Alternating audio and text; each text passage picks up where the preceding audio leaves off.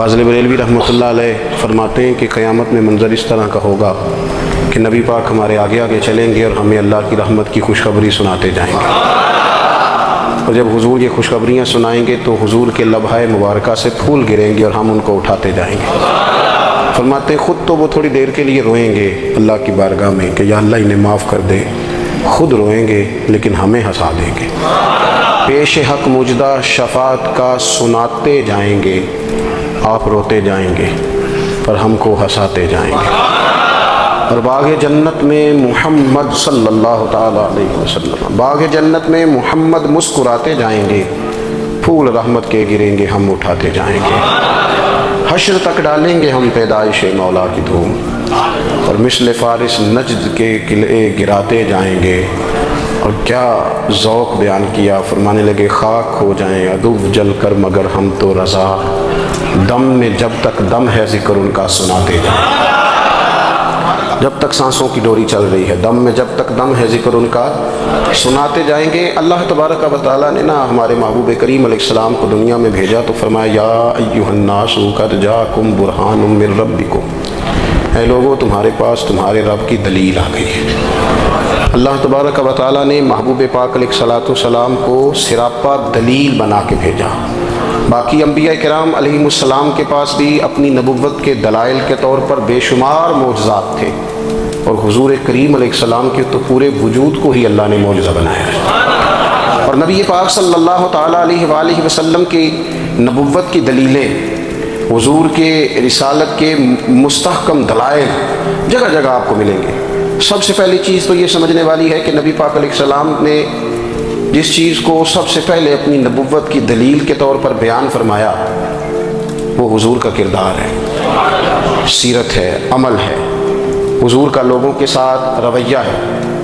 نبی پاک علیہ السلام کی تبلیغ کے 3 دور ہیں۔ ایک تو حضور نے اپنے قول سے تبلیغ فرمائی ہے، وہ 40 سال کی عمر سے محبوب نے اعلان فرمایا اور تبلیغ کی۔